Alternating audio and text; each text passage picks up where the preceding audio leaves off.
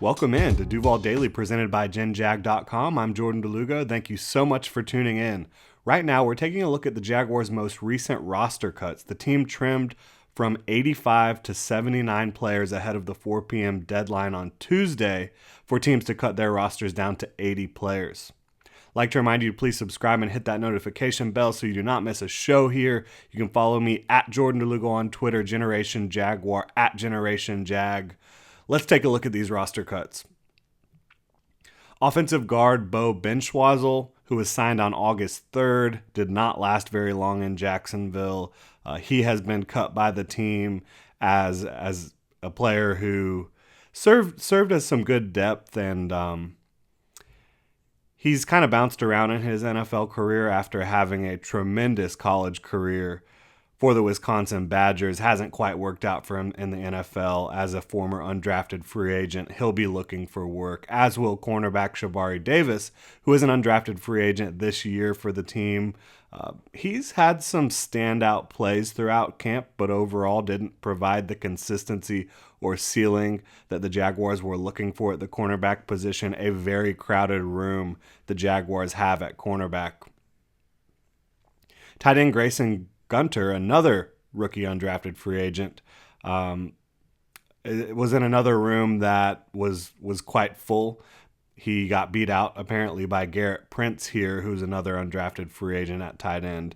So Grayson Gunter will be looking for some work. He had some buzz on him in the draft, so it's possible that he'll land on another roster. Outside linebacker Wyatt Ray has been on a carousel of emotions. Roller coaster. Signed by the team after Jordan Smith suffered his knee injury this offseason, during OTAs, and then he's kind of been back on the team, then cut, then back on the team, then cut. Unfortunately, he's been waived by the team as well. Wyatt Ray, who is an outside linebacker who spent most of the 2021 season on the Cincinnati Bengals roster and played on special teams quite a bit. Then you've also got wide receiver Marvin Hall, who is an older player at 29 years old. He's bounced around the league a little bit, played for Cleveland, Atlanta, Detroit.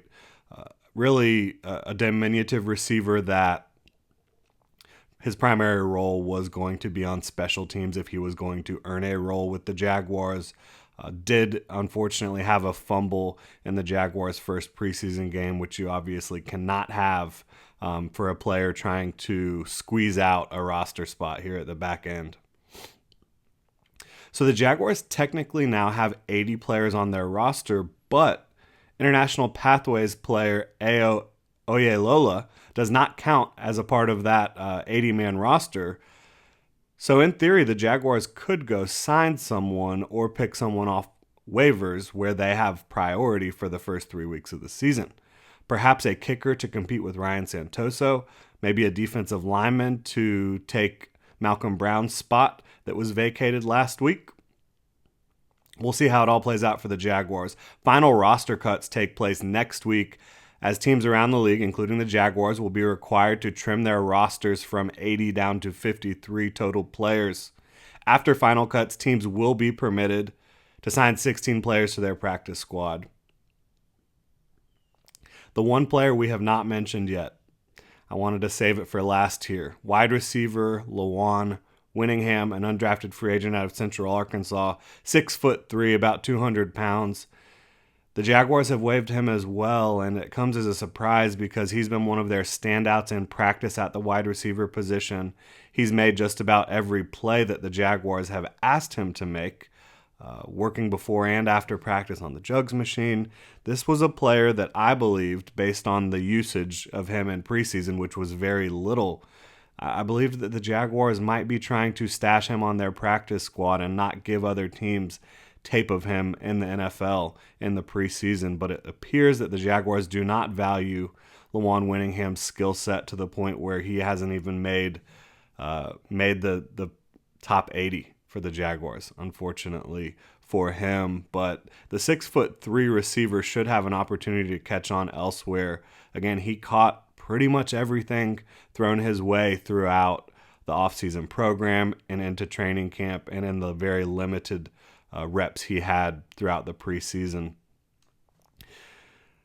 I'll wish him the best, and I wish all these players the best. That is going to do it. Thank you so much for tuning in, Duval. Hit me up on Twitter at Jordan DeLugo. Follow Generation Jaguar at Generation Jag. Make sure to hit that like and subscribe button on YouTube, and check genjag.com for all the latest Jaguars news, analysis, and Duval gear.